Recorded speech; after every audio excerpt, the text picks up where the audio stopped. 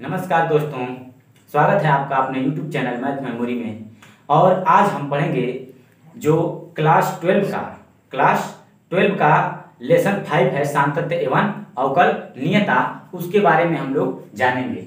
तो आइए देखते हैं ये क्या चीज़ है, ठीक ना। तो इसमें दे रखा है सातत्य एवं अवकलनीयता। इसमें से सबसे मोस्ट इंपॉर्टेंट है सातत्य। अवकलनीयता में बस प्रश्नावली 5.1 में 2 सवाल दे रखा है, वो इतना इंपॉर्टेंट नहीं है जितना कि ये सातत्य एवं अवकलनीयता, ये सातत्य है, ठीक ना। तो आइए हम लोग जानेंगे, पहले हम लोग जानेंगे कि सातत्य क्या होता है, ठीक। तो सर्वप्रथम एक एग्जाम्पल के द्वारा इसको समझते हैं। एग्जाम्पल लेने से पहले इसके बारे में हम लोग जान लें। किसी समीकरण द्वारा हम लोग यही सीखेंगे कि किसी समीकरण द्वारा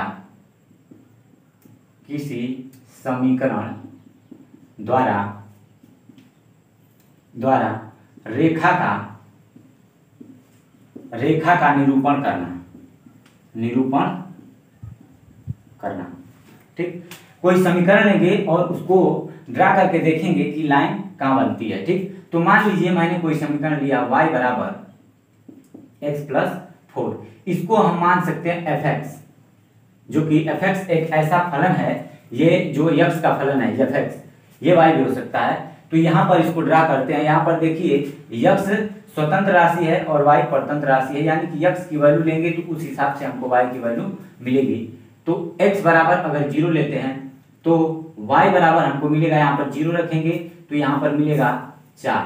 अगर x बराबर हम लोग 2 लेते हैं तो y बराबर 6 मिलेगा, और x बराबर हम लोग 3 लेते हैं तो y बराबर इसमें 3 रखेंगे तो 7 मिलेगा। अब क्या करेंगे कि x बराबर यदि यहाँ पर ऐसी वैल्यू लेंगे कि y की वैल्यू 0 आ जाए, तो x बराबर -4 लेना पड़ेगा, तो y की वैल्यू क्या आ जाएगी 0।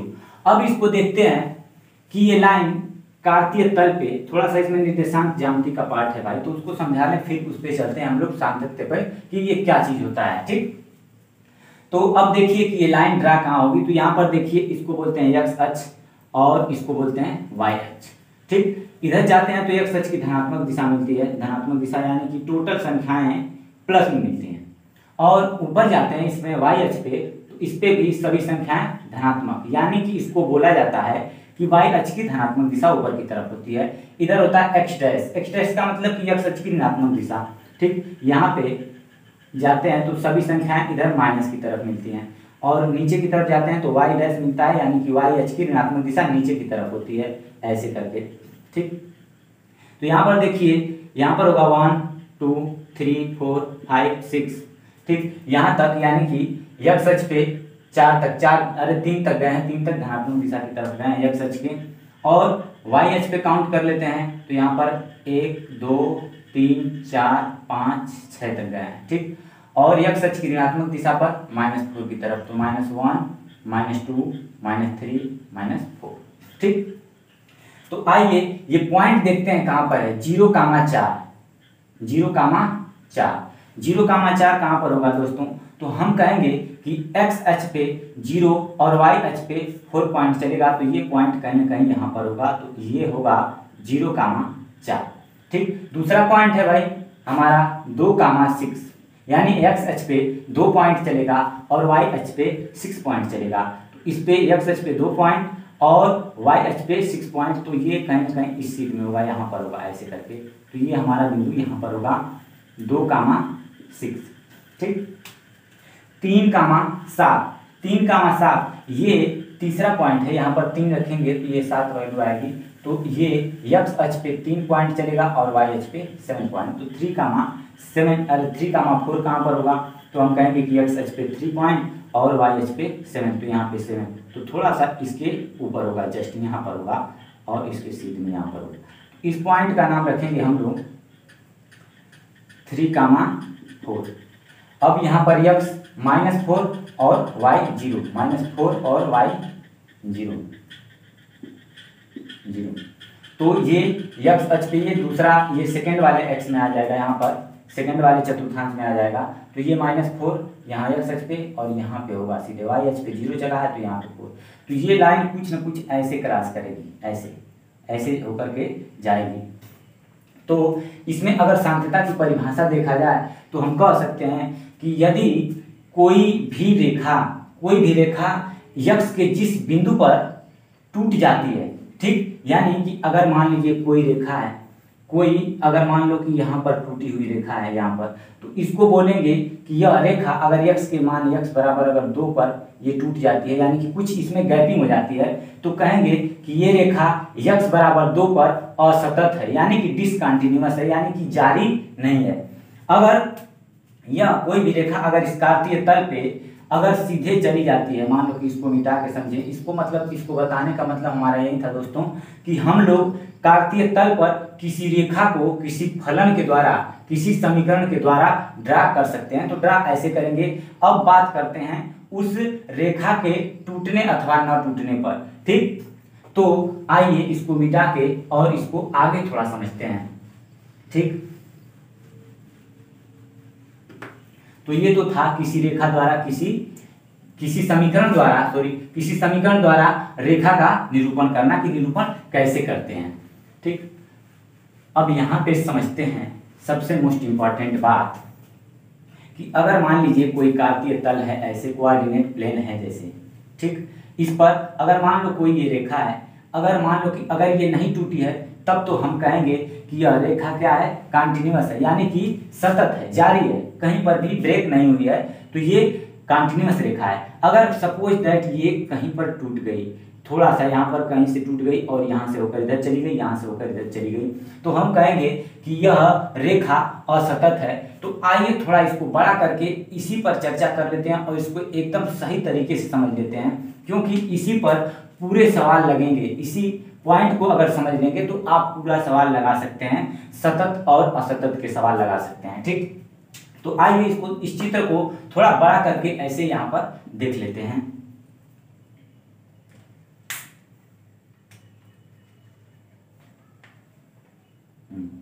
यहाँ पे, ठीक, मान लीजिए कि कोई लाइन टूटी हुई है, ब्रेक है, तो एक बिंदु यहाँ पर होगा, एक बिंदु यहाँ पर होगा और एक हम बिंदु यहाँ पर बीच में लेंगे, जो कि यहाँ पर इन दोनों के बीच की दूरी h होगी और यहाँ पर भी ये दूरी h होगी।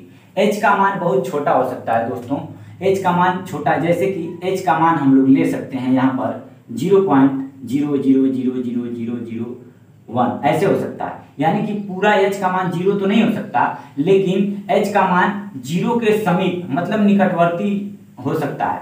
तो यहाँ h का मान ऐसे कुछ ले सकते हैं, h बराबर 0.00000091 ऐसे कुछ हो सकता है h का मान।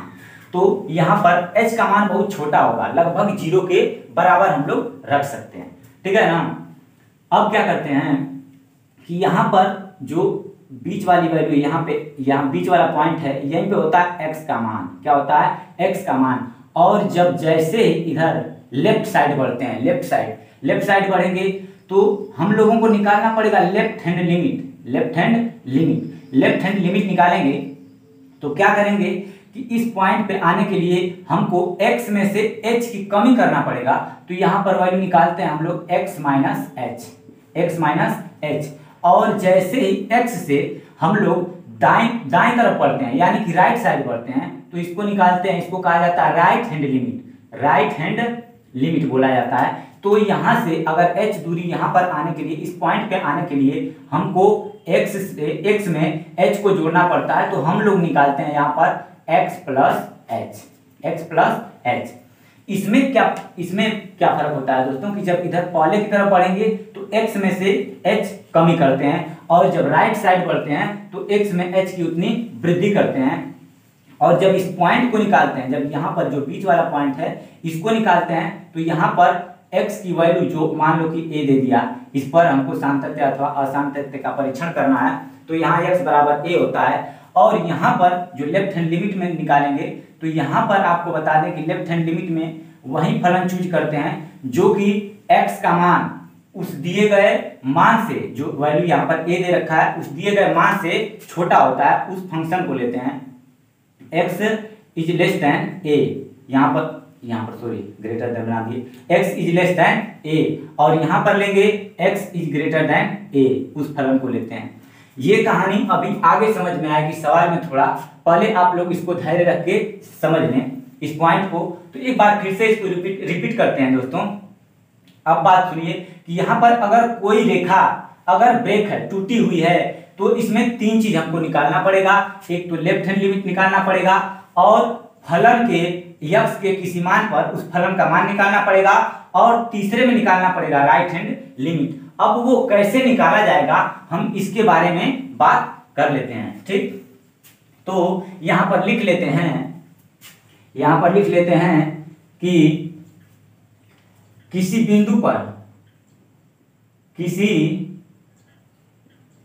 बिंदु सपोज दैट x बराबर a हो, क्या हो, a हो, किसी बिंदु पर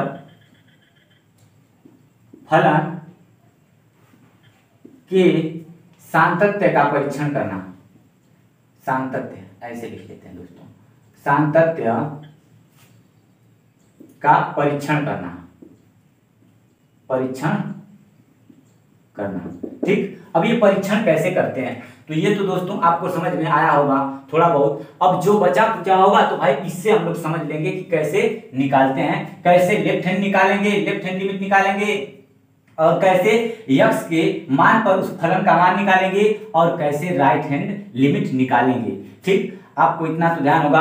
अब आइए इसको तीन पार्ट में डिवाइड करके और इसको निकालने का तरीका जो है इसको मिटा देते हैं और निकालने का तरीका समझ लेते हैं यहाँ पर, ठीक। तो पहले हम लोग बात करेंगे इधर लेफ्ट हैंड लिमिट की, लेफ्ट हैंड लिमिट, और x के मान पे यहां पर निकालेंगे x के मान पर फलन का मान, और तीसरे में निकाल लेते हैं right hand limit, RHL, right hand limit. तो जब हम लोग निकालेंगे लेफ्ट हैंड लिमिट, तो सर्वप्रथम यहां पर हम लोग लेंगे लिमिट x टेंड्स टू, जिस बिंदु पर निकालेंगे, सपोज दैट हमको मान लो कि x बराबर a पर निकालना है, तो x tends to a minus लिखेंगे, क्योंकि मैंने बताया था कि अगर कोई पॉइंट ऐसे हम लोग लिए थे, यहाँ पे थोड़ा ध्यान देना, और यहाँ पर एक पॉइंट लिए थे और बीच में एक पॉइंट लिए थे, तो यहाँ पर x की वैल्यू थी, और इधर आएंगे तो माइनस, यानी कि x में से हमको h दूरी जो थी इसको घटाना पड़ेगा। तो इसीलिए लेफ्ट हैंड लिमिट जब भी निकालेंगे तो ये माइनस का चिन्ह लगाएंगे, और किस फलन का निकाल रहे हैं उस फलन को यहाँ पे लिखना पड़ेगा। अब दूसरे स्टेप में दोस्तों, यहाँ पर पहले स्टेप में, अब दूसरे स्टेप में हम लोग लिखेंगे लिमिट,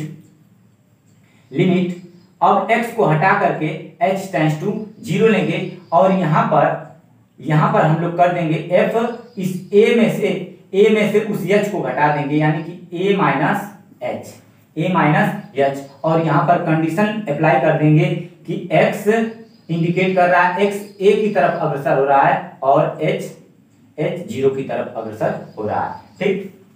तो जो फलन दिया होगा उसके स्थान पे a माइनस h रख के उसको हल करके उसका मान तीसरे स्टेप में लाएंगे, यानी कि जो भी फलन दिया होगा उसको उसके स्थान पे f a माइनस, इसको देखिए थोड़ा सा समझ लीजिए यहाँ पर कि अगर मान लीजिए कि fx बराबर दे रखा है 2, कितना दे रखा है, fx बराबर यहाँ पर 2x दे रखा, सपोज दैट 2x दे रखा, हम कहें कि x बराबर यहाँ पर 3 प्लस h रखिए, 3 प्लस h, तो x बराबर हमको यहाँ पे f 2 प्लस h रखना पड़ेगा, यहाँ पे 2 प्लस h दिख रहा है कि नहीं इधर, यहाँ पे चलिए नहीं दिख रहा के मान पर फलन का मान, x के मान पर फलन का मान कैसे निकालते हैं, तो यहाँ पर सीधे सपोज दैट यहाँ fx बराबर कुछ दे रखा जैसे कि 2x स्क्वायर प्लस 6, तो हमको x के मान पर यानी x बराबर 2 पर हमको इस फलन का मान निकालना है, तो सीधे हम लोग क्या करते हैं f2 निकाल देते हैं, और जहां जहां भी इसमें x होगा वहां पर हम लोग 2 पुट कर देंगे, तो 2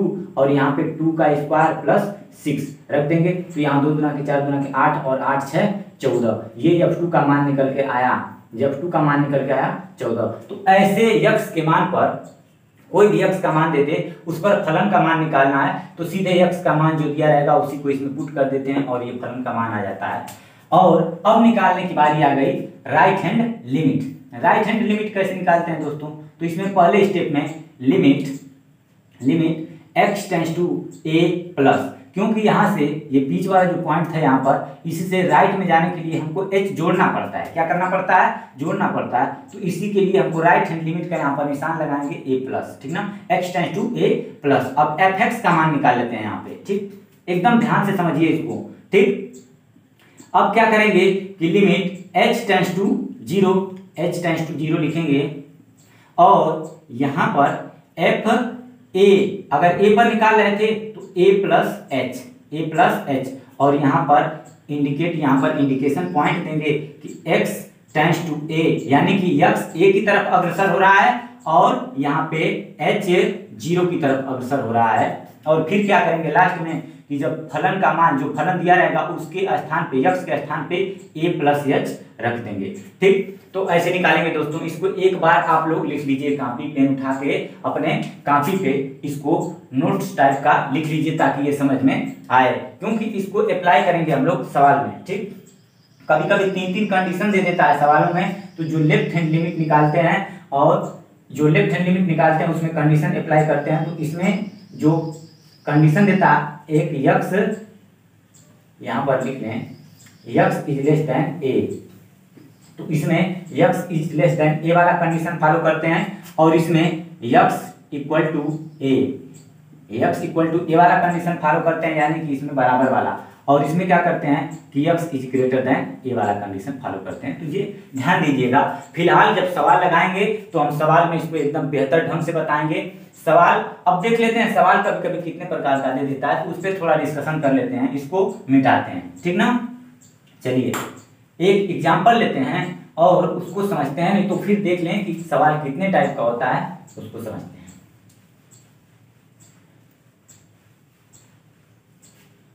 इसमें देखिए, इसमें यहां पर दे देता है कोई एक फलन देगा, ठीक। पहला सवाल, फलन ऐसे देगा, फलन f(x) बराबर 2x प्लस 6 का बिंदु x बराबर 3 पर सातत्य का परीक्षण कीजिए। सातत्य का परीक्षण कीजिए, ऐसे दे रखा कीजिए। तो देखिए दोस्तों, इसमें कोई एक फलन दे रखा है, बिंदु x बराबर 3 पर सातत्य का परीक्षण करना है कि ये सतत है कि असतत है, यानी कि ये वाली लाइन जो इस पर हम लोग खींचेंगे, इस पर ऐसे करके खींचेंगे, चाहे जैसे भी हो, ये लाइन सूत्र तो पता नहीं है, निकालेंगे तब मालूम चलेगा ना। तो ये लाइन x बराबर 3 पर टूटी हुई होगी कि नहीं टूटी हुई होगी। अगर टूटी हुई होगी तब तो हम कहेंगे कि ये असतत है, अगर नहीं टूटी हुई होगी तो हम कहेंगे कि सतत है, यानी कि कंटीन्यूअस है। तो वो कैसे चेक करेंगे, तो अभी मैंने बताया लेफ्ट हैंड लिमिट और राइट हैंड लिमिट और x के मान पर उस फलन का मान। तो ये एक फलन दिया रहेगा तो वो तीनों निकालने की जरूरत नहीं है। अगर एक फलन है और कोई पॉइंट दे रखा है तो सीधे हम लोग एक फार्मूला यहाँ पर लिख दे रहे हैं। इसके लिए फार्मूला सिर्फ निकालेंगे हम लोग कि limit x tends to a f(x) और यहाँ पर f a, यानी कि अगर मान लो कि यहाँ पर x बराबर a पर परीक्षण करना हो किसी फलन का, जैसे x बराबर यहाँ पर 3 दे रखा है तो 3 का मान a होगा, ठीक। तो इसका परीक्षण करना हो तो हमको सिर्फ इतना चीज निकाल लेना है। और अगर ये दोनों बराबर होता है तब तो कहेंगे कि ये फलन सातत्य है, अथवा दोनों बराबर नहीं होगा तो कहेंगे कि ये फलन असातत्य है, ठीक ना। तो इसको चेक करते हैं। तो पहले इधर वाला लेफ्ट हैंड साइड इसको निकालते हैं, लेफ्ट हैंड साइड निकालते हैं। ये लेफ्ट हैंड लिमिट नहीं है दोस्तों, लेफ्ट हैंड साइड है, इसको हल कर रहे हैं। तो limit x tends to a और यहाँ पे f(x) का निकालेंगे तो यहाँ पर दे रखा है limit x tends to a और f(x) बराबर दे रखा है 2x प्लस 6। अब 2x प्लस 6 और a यहाँ पर दे रखा है, सॉरी दोस्तों, यहाँ पर a बराबर 3 दे रखा है, 3 पर परीक्षण करना है ना हमको, तो 3 लेंगे यहाँ से 3। अब क्या करेंगे कि सीधे 3 का मान इसमें रख देंगे, तो 2 और गुणे 3 + 6 तो कितना आएगा, 2 3 6 और 6 जोड़ेंगे तो कितना आएगा दोस्तों, 12 आ गया। ठीक, अब इसको निकाल लेते हैं राइट हैंड साइड को इधर। अब राइट हैंड साइड को निकाल लेते हैं, यानी कि सीधे इस यक्स के मान पर, जो यक्स का मान 3 दे दिया है, उस पर इस फलन का मान निकाल लेते हैं। तो हम लोग क्या करेंगे कि यदि f(x) बराबर कितना दे रखा है, 2x + 6, तो अगर हम लोग f3 निकालें तो बताओ x यहाँ पर है तो x यहाँ पर भी है, तो यहाँ पर x के स्थान पे क्या रख दिए हैं, 3, तो यहाँ पर 2 × 3 और +6, तो क्या होगा, 3 × 6 और 6 12। अगर ये दोनों मान बराबर आ गए तो हम कहेंगे कि अतः यक्स बराबर 3 पर फलन सतत होगा, सतत यानी कि कॉन्टिन्यूअस होगा, कॉन्टिन्यूअस होगा। ठीक, तो ये ऐसे लगेगा। अगर एक फलन दे दिया, कोई बिंदु दे दिया तो ऐसे लगाते हैं। ठीक, अब आइए इसको मिटा के और एक दूसरा टाइप का एग्जाम्पल लेते हैं।